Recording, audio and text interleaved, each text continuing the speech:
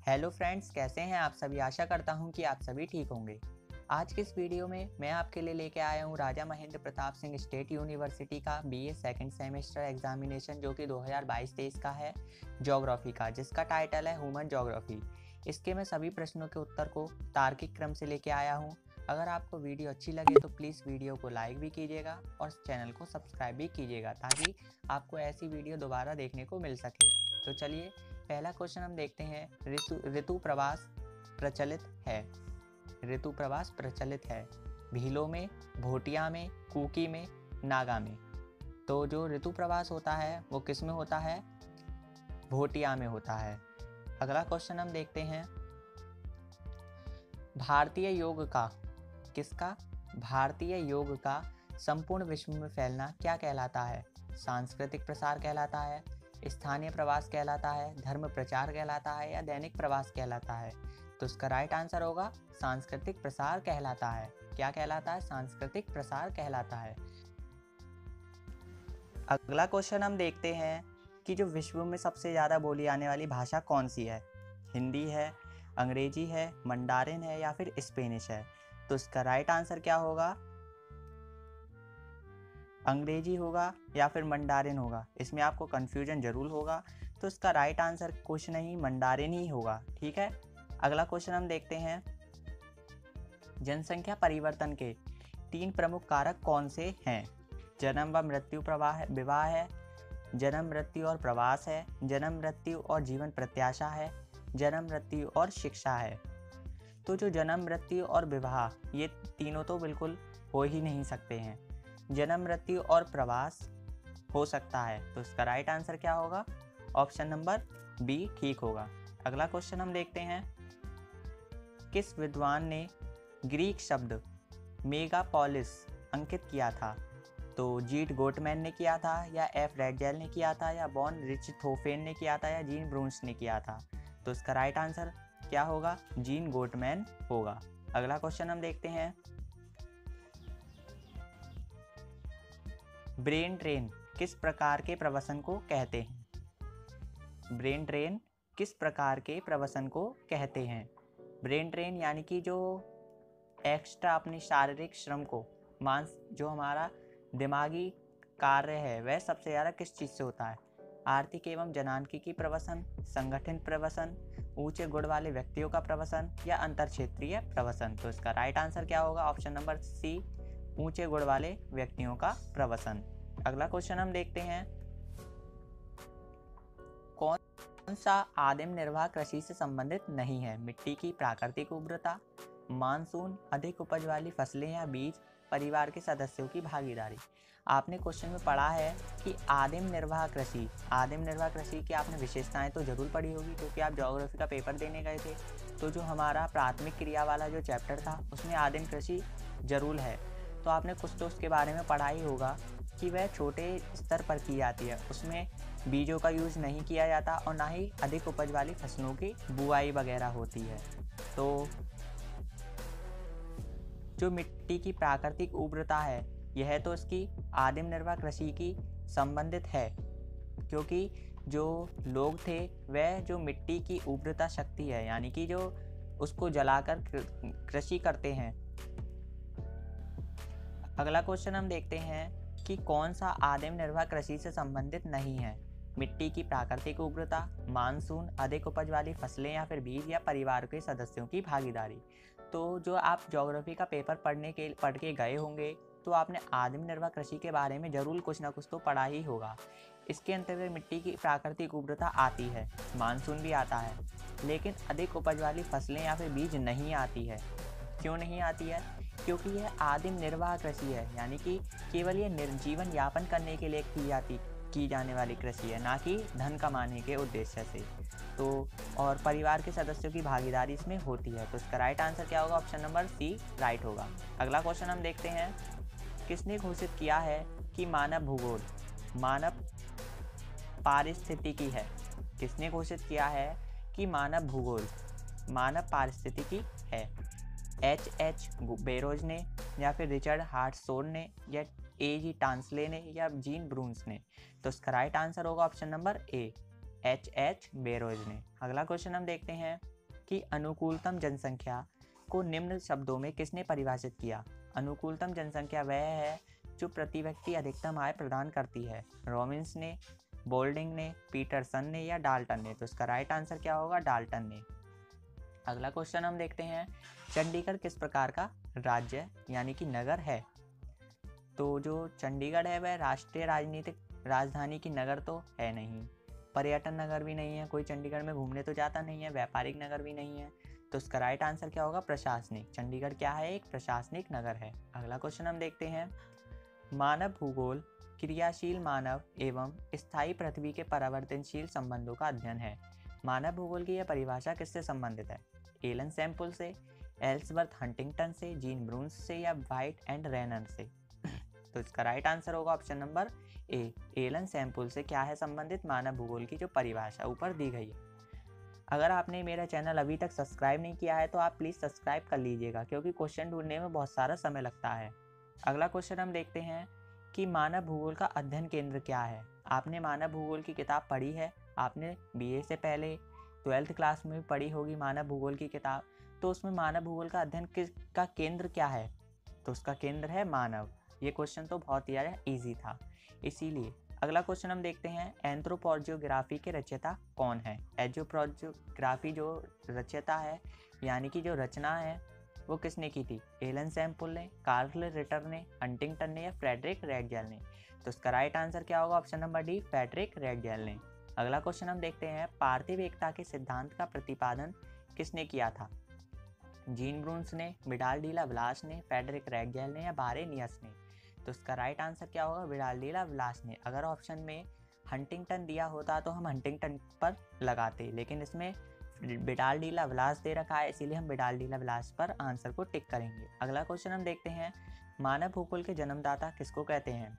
Alexander one Humboldt को, Frederick Ratzel को, Huntington को या कार्ल रिटर को। मानव भूगोल के जन्मदाता फ्रेडरिक रेडजेल को कहते हैं। अगला क्वेश्चन हम देखते हैं, geography in introduction to human geography नामक पुस्तक के लेखक कौन है?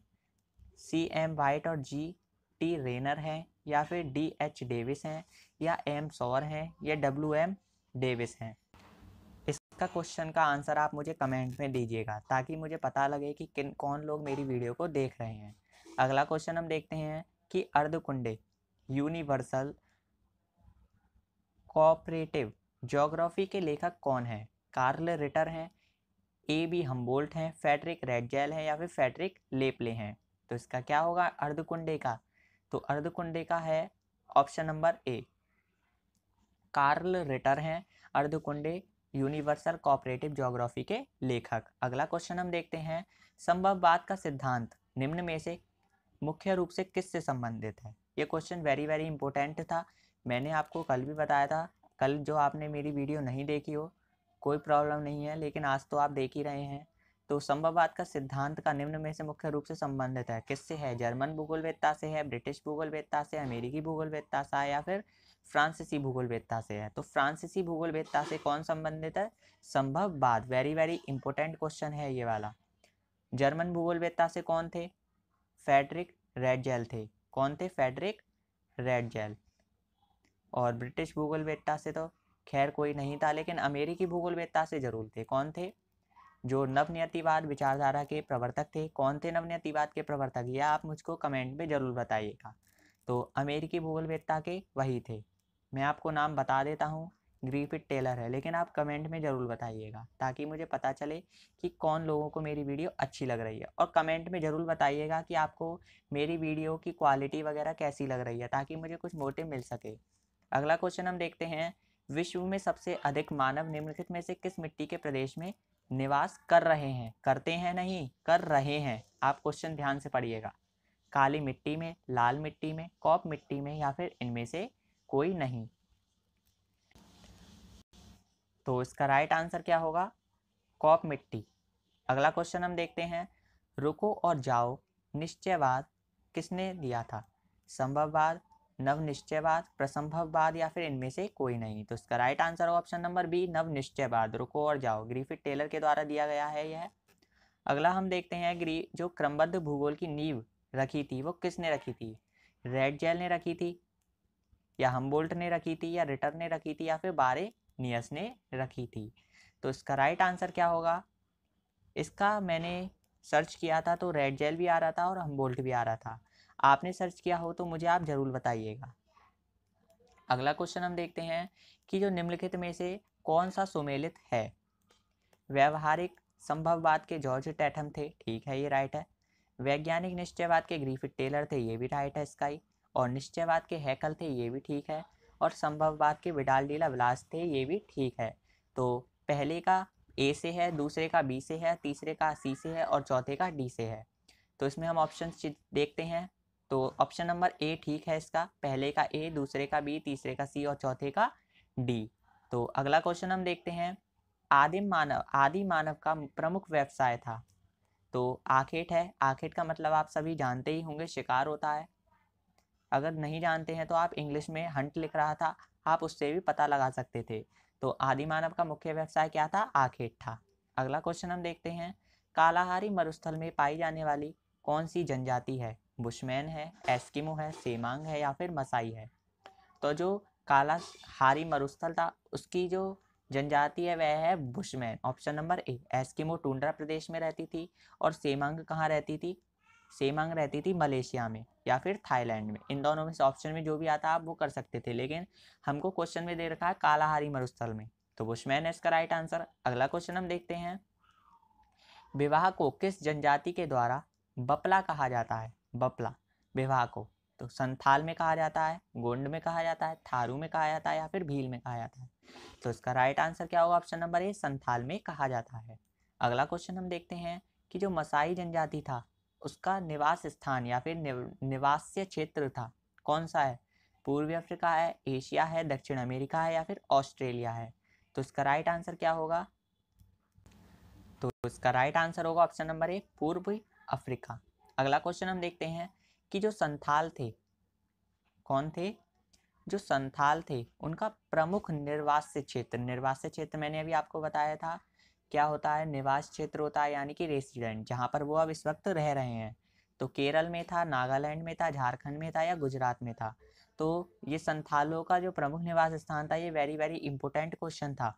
तो इसका राइट आंसर क्या होगा? झारखंड। झारखंड में ये सबसे ज़्यादा निवास करते हैं, कौन सी? संथाल। अगला क्वेश्चन हम देखते हैं कि जो जनसंख्या के घनत्व को प्रभावित करने वाला सबसे महत्वपूर्ण कारक, इसमें सबसे महत्वपूर्ण अगर शब्द नहीं आता तो ये तीनों ही होते, लेकिन सबसे महत्वपूर्ण शब्द आ गया है, इसीलिए हमको इसमें जलवायु को लगाना अच्छा रहेगा।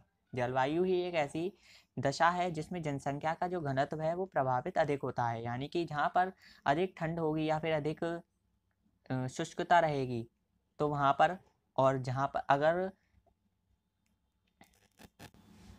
उष्णता रहेगी तो वहाँ पर भी जनसंख्या अधिक नहीं निवास कर पाएगी। इसीलिए जनसंख्या का जो घनत्व है उसको प्रभावित करने वाला सबसे ज़्यादा इम्पोर्टेंट जलवायु ही है। अगला क्वेश्चन हम देखते हैं कि सूची 1 को सूची 2 से हमको क्या करना है? मिलान करना है। तो जो मसाई है, मसाई कहाँ की है? खिरगिज कहाँ की है? सेमांग कहाँ की है? और बुशमैन कहाँ की है? तो सबसे पहले हम देखते हैं कि जो मसाई है, मसाई कहाँ की है? कीनिया की है। और खिरगिज कहाँ की है? आप बताइए।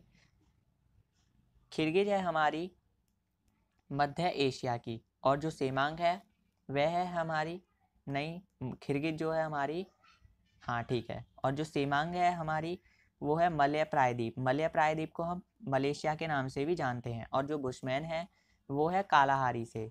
तो इसका मिलान करके आप कमेंट में बताइए कि इसमें से चारों में से कौन सा आंसर ठीक है। अगला क्वेश्चन हम देखते हैं।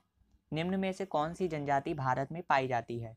भारत में कौन सी पाई जाती है? एस्किमो पाई जाती है, खिरगिज पाई जाती है, बुशमैन पाई जाती है, भील पाई जाती है? एस्किमो जनजाति टुंड्रा प्रदेश में पाई जाती है, खिरगिज जनजाति मध्य एशिया में पाई जाती है, और जो बुशमैन है वो है कालाहारी मरुस्थल में पाई जाती है। तो जो भील है जो मध्य प्रदेश की सबसे ज़्यादा प्रसिद्ध है, और हमारे जो भारत में सबसे ज़्यादा अधिक जनजाति निवास करती है तो वो भील ही है जो कि मध्य प्रदेश में निवास करती है।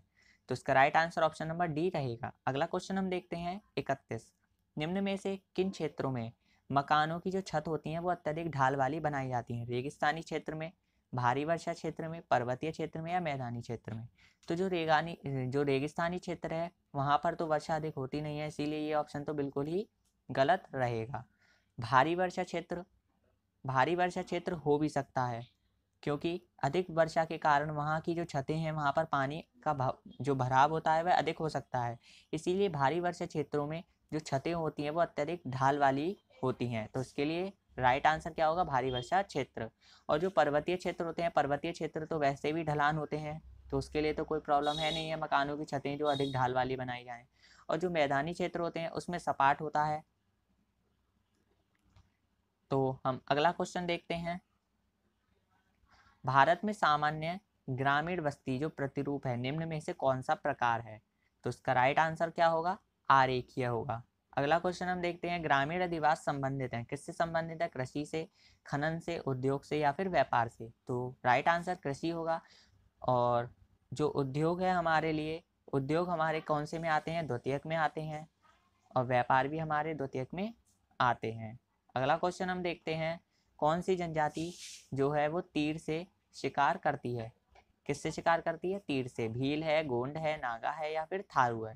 तो इसका राइट आंसर क्या होगा? ऑप्शन नंबर ए, भील। अगला क्वेश्चन हम देखते हैं। किस जनजाति में कायक का प्रयोग परिवहन के साधन में प्रयोग किया जाता है? एस्किमो में, नागा में, पिग्मी में या फिर बुशमैन में? तो एस्किमो है ऑप्शन नंबर ए, जिसमें कयाक नाम का प्रयोग जो परिवहन है, जिसके द्वारा एक स्थान से दूसरे स्थान पर सामान लाया ले जाया जाता है, उसका नाम कयाक है। तो इसी को ही एस्किमो में यूज किया जाता है। अगला क्वेश्चन हम देखते हैं कि जो भील के घर हैं उनको हम क्या कहते हैं? पेंडा कहते हैं। पेंडा तो हमारी गोंड से संबंधित है, तो ये ऑप्शन तो बिल्कुल रॉन्ग है। पॉल कुछ होता नहीं है। धानी भी नहीं होता। तो इसका राइट आंसर क्या होगा? ऑप्शन नंबर ए, कू। भील के घरों को एक नाम से और भी जानते हैं, उसका कमेंट में आप आंसर जरूर बताइएगा। अगला क्वेश्चन हम देखते हैं। किस क्षेत्र में विश्व की लगभग आधी जनसंख्या क्या करती है? निवास करती है। दक्षिण पश्चिमी एशिया, उत्तरी पूर्वी अमेरिका, दक्षिण पूर्वी एशिया या फिर यूरोप? तो इसका राइट आंसर क्या होगा? ऑप्शन नंबर सी, दक्षिण पूर्वी एशिया। अगला क्वेश्चन हम देखते हैं। जनसंख्या घटने से मानव भूमि का जो अनुपात होता है वो कैसा होता है? घटता है, बढ़ता है, स्थिर रहता है या घटता बढ़ता दोनों है?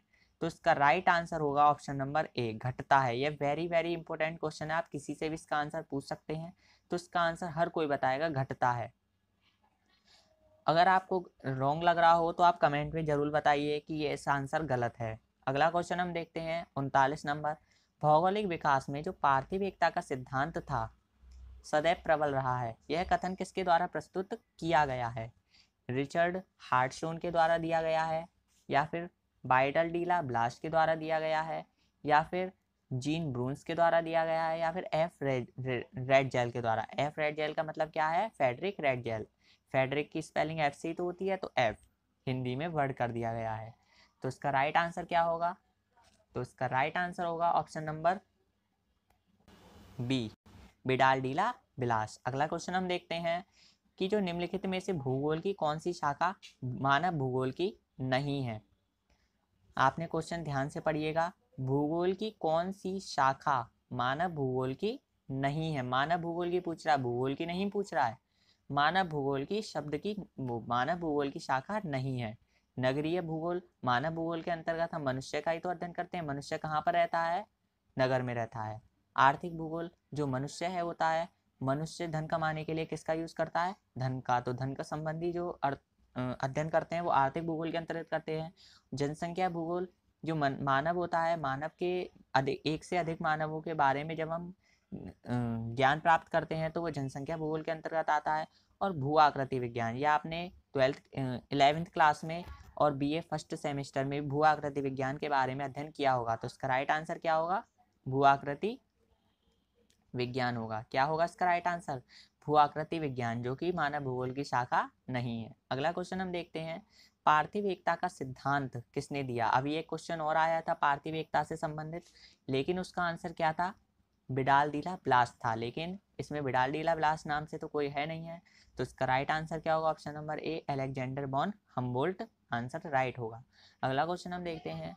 निम्न में से कौन सी स्थिति में अधिकतम प्रतिव्यक्ति आय प्राप्त होती है? अल्पतम जनसंख्या में, जनाधिक्या में, निरपेक्ष जनसंख्या में या अनुकूल जनसंख्या में? तो इसका राइट आंसर ऑप्शन नंबर ए होगा, अल्पतम जनसंख्या। अगला क्वेश्चन हम देखते हैं, इग्लू किस जनजाति का आवास है? यानी कि आवास माने क्या होता है? घर होता है। तो बुशमैन का घर है इग्लू, या फिर एस्किमो का घर है, या सेमांग का घर है, या खिरगिज का घर है? तो आपने इन चारों के बारे में कुछ ना कुछ तो जानकारी एकत्र की होगी, तो इससे आपको आंसर आसानी से पता चल ही गया होगा। तो इसका right answer option number B होगा, एस्किमो। अगला क्वेश्चन हम देखते हैं, निम्नलिखित में से कौन सा नगर पर्यटन केंद्र का उदाहरण है? भिलाई, बोकारो, जमशेदपुर, ये तीनों क्या हैं? ये तीनों औद्योगिक नगर हैं। तो इसका राइट आंसर क्या होगा? Option number D, Nainital. अगला क्वेश्चन हम देखते हैं, द्वितीय क्रियाओं का क्या उदाहरण है? द्वितीय क्रिया मैंने आपको बताया था निर्माण उद्योग। निर्माण उद्योग को हम विनिर्माण उद्योग के नाम से भी जानते हैं। तो ऑप्शन में अगर विनिर्माण होता है यानी कि मैन्युफैक्चरिंग या फिर निर्माण, तो एक ही बात है। तो इसका right answer option number B रहेगा। अगला क्वेश्चन हम देखते हैं, किसने कहा है कि जो मनुष्य है वो पृथ्वी तल की उपज है? तो ईसी सैंपल, यानी कि कुमारी एलन सैंपल, चर्चिल सैंपल के नाम से भी आपने इनको जाना ही होगा, तो कुछ भी कह सकते हैं। तो इसका राइट आंसर क्या होगा? Option number B. अगला क्वेश्चन हम देखते हैं, हट्टन के वर्गीकरण के अनुसार जो अंडमान निकोबार द्वीप समूह है उसके निवासी किस प्रजाति के हैं? नीग्रेटो के हैं, प्रोटो ऑस्ट्रेलाइड के हैं, मंगोलॉइड के हैं, या अल्पाइन के हैं? तो इसका राइट आंसर क्या होगा? तो इसका राइट आंसर होगा ऑप्शन नंबर ए, नीग्रेटो शब्द। नीग्रेटो को क्या कहते हैं? अंडमान निकोबार द्वीप समूह के निवासियों की प्रजाति कहते हैं। अगला क्वेश्चन हम देखते हैं कि जो प्रसंभववाद शब्द का प्रयोग है वो किसके द्वारा किया गया है? कार्ल सौर के द्वारा। किसके द्वारा किया गया है? कार्ल सौर के द्वारा।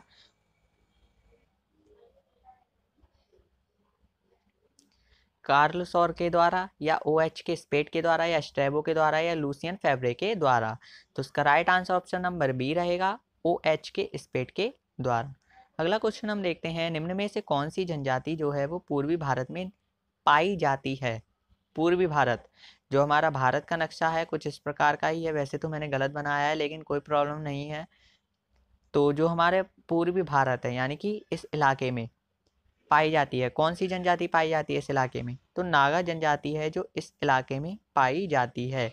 भूटिया जनजाति जो है उत्तराखंड में पाई जाती है, और जो संताल जनजाति है वो कहाँ पाई जाती है? इसका आंसर आप जरूर कमेंट बॉक्स में जरूर दीजिएगा।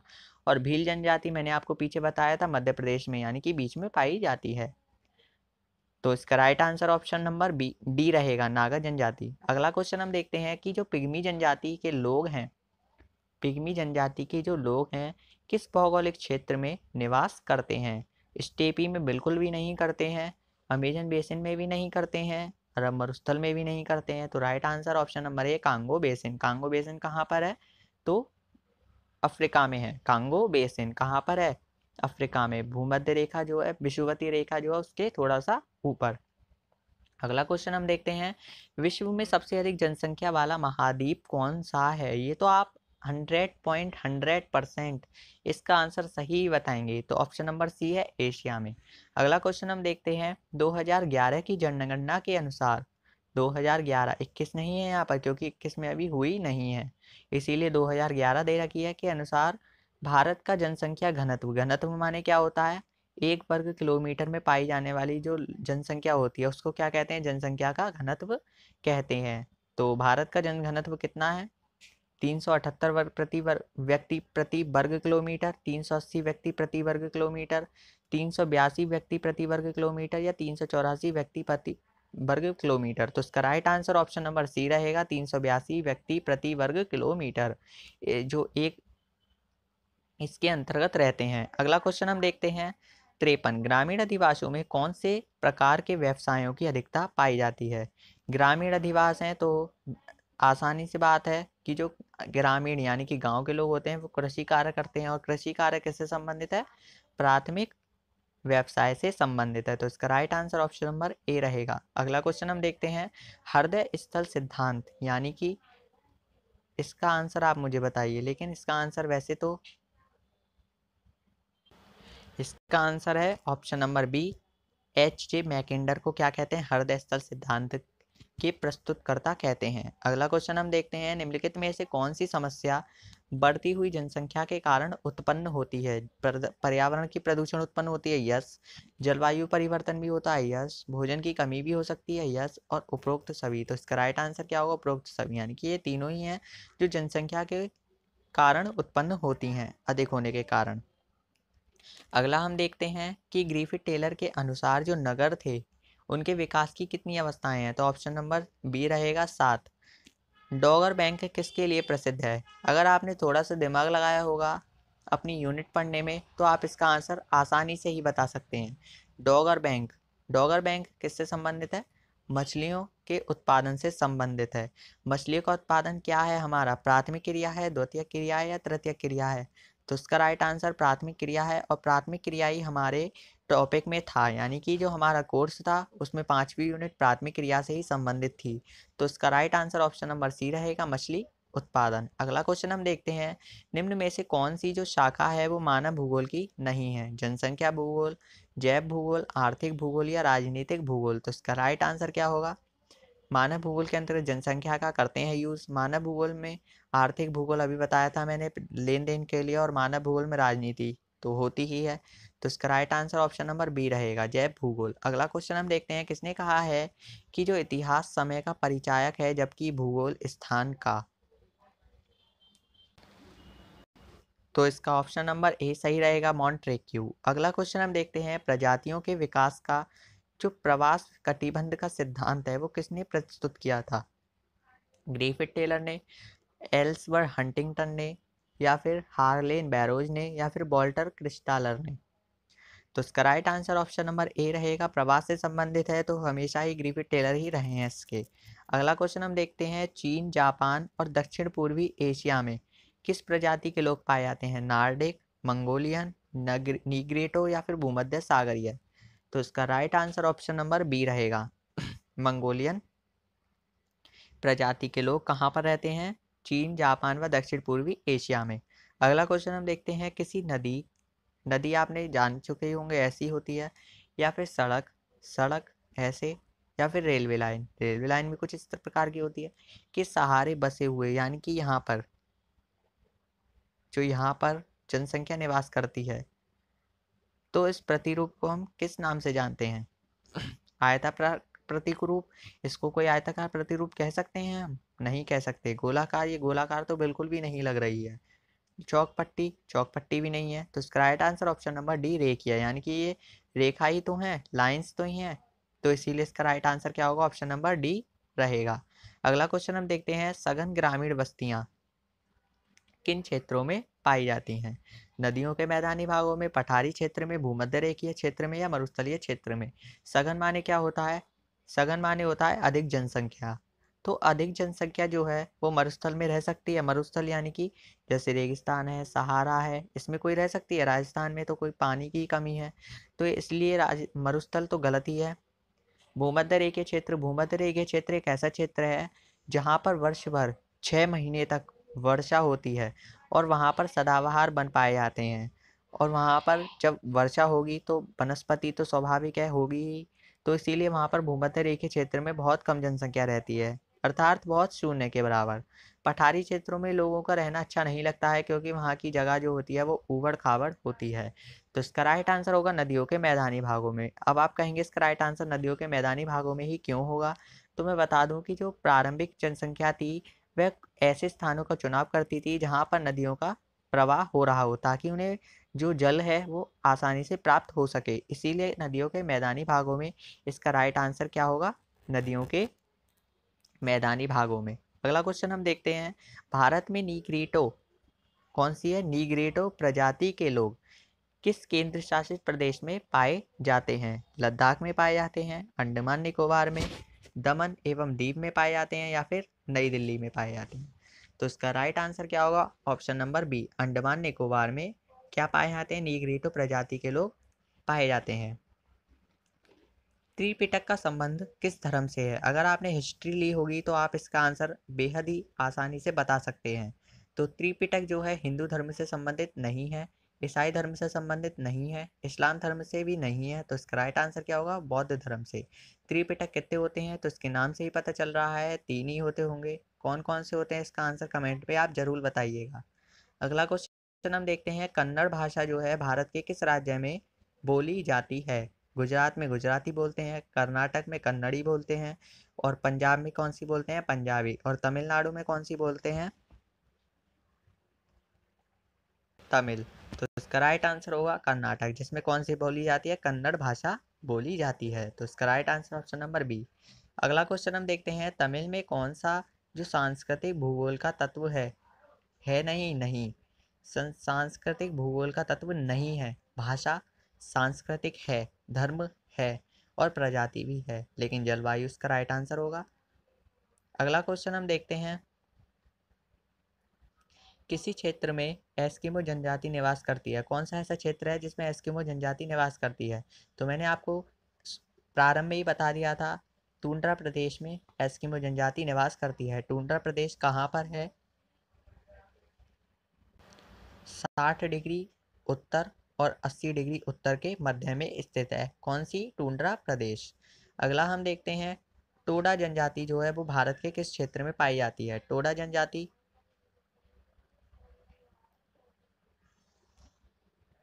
टोडा जनजाति भारत के किस क्षेत्र में पाई जाती है? विंध्याचल में, सतपुड़ा में, नीलगिरी में, या अरावली में?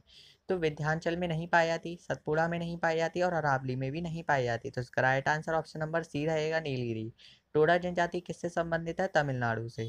यानी कि जो टोडा जनजाति के लोग मिलते हैं वो कहाँ पर हैं? तमिलनाडु में। तो तमिलनाडु नीलगिरी से ही संबंधित है, तो इसका राइट आंसर नीलगिरी ही होगा। अगला क्वेश्चन हम देखते हैं, कौन सी पशुचालक जनजाति मध्य एशिया में पाई जाती है? मसाई, खिरगिज, एस्किमो, या फिर भोटिया? तो इसका right answer option number B रहेगा, खिरगिज जनजाति जो है वो मध्य एशिया में पाई जाती है। अगला क्वेश्चन हम देखते हैं, वेनेजुएला में स्थानांतरित कृषि को किस नाम से जानते हैं? झूम कृषि, रोका, मिल्पा, या कोनुका? झूम खेती को जो स्थानांतरित कृषि है, झूम खेती कहाँ पर कहते हैं? भारत में कहते हैं। रोका कहाँ कहते हैं? इसका आंसर कमेंट में आप दीजिएगा। मिल्पा मैक्सिको में कहते हैं, और जो कोनुकाओ है वो वेनेजुएला में कहते हैं। तो इसका right answer option number D रहेगा। अगला क्वेश्चन हम देखते हैं, रूसी, चेक तथा पोलिश किस भाषा शब्द से आते हैं? रोमांस से, पारसिक जर्मनिक से, बाल्टो स्लेविक से, या इंडो ईरानी से? इसका right answer option number C रहेगा, बाल्टो स्लाविक से। अगला क्वेश्चन हम देखते हैं, मानव भूगोल में निर्यातवाद और संभववाद की चरम स्थिति के बीच का एक मार्ग कौन सा है? नवनिर्यातवाद, निकट संभववाद, पर्यावरणीय निर्यातवाद, या फिर लेम्बेन्सराम विचार? इसका आंसर भी आप कमेंट में मुझे बताइएगा। अगला क्वेश्चन हम देखते हैं कि जो पृथ्वी है उसको पुराणों में कितने द्वीपों, द्वीप आ जाए या महाद्वीप आया या कॉन्टिनेंट्स आया, तीनों का अर्थ एक ही है। ठीक है, तो द्वीपों में विभाजित किया गया है 4 में, 5 में, 6 में, या फिर 7 में? तो इसका राइट आंसर क्या होगा? 7। जो हमारे महाद्वीप हैं वो कितने हैं? 7 हैं। सबसे बड़ा महाद्वीप कौन सा है? एशिया महाद्वीप है। अगला हम देख, और जो हमारा भारत स्थित है वो कौन से महाद्वीप में स्थित है, ये भी आप कमेंट में मुझे बताइएगा। वैसे तो इसमें नहीं दिया गया है, लेकिन मुझे पता लगना चाहिए कि कितने लोग जनरल नॉलेज के ज्ञाता हैं और कितने लोग कुछ नहीं जानते हैं। अगला क्वेश्चन हम देखते हैं 2011। अगला क्वेश्चन हमारा लास्ट है, 75वां क्वेश्चन, लेकिन 50 ही क्वेश्चन करने होते हैं वैसे तो 2011 के अनुसार भारत के नागरीय क्षेत्र में निवास करने वाली जनसंख्या का प्रतिशत कितना है? 29.16% है, 31.16% है, 33.16% है, तो 35.16% है? तो इसका right answer option number B रहेगा, 31.16% क्या है? 2011 के भारतीय क्षेत्र में निवास करने वाली जनसंख्या का प्रतिशत। नगरीय क्षेत्र क्या होता है? यानी कि जो शहर में स्थित होते हैं। तो आपको वीडियो कैसी लगी? वीडियो अच्छी लगी हो तो प्लीज़ आप वीडियो को लाइक कीजिएगा, और एक सुंदर सा कमेंट ज़रूर कीजिएगा कि आपको वीडियो की एडिटिंग या फिर आपको वीडियो में क्या चीज़ अच्छी नहीं लगी और क्या चीज़ अच्छी लगी है। और अगर आपको ऐसे ही इंटरेस्टिंग वीडियो चाहिए तो मेरे चैनल को प्लीज़ सब्सक्राइब भी कीजिएगा, ताकि मुझे अधिक से अधिक प्रोत्साहन मिले। चलिए, मिलते हैं अगली वीडियो में, तब तक के लिए जय हिंद, जय भारत।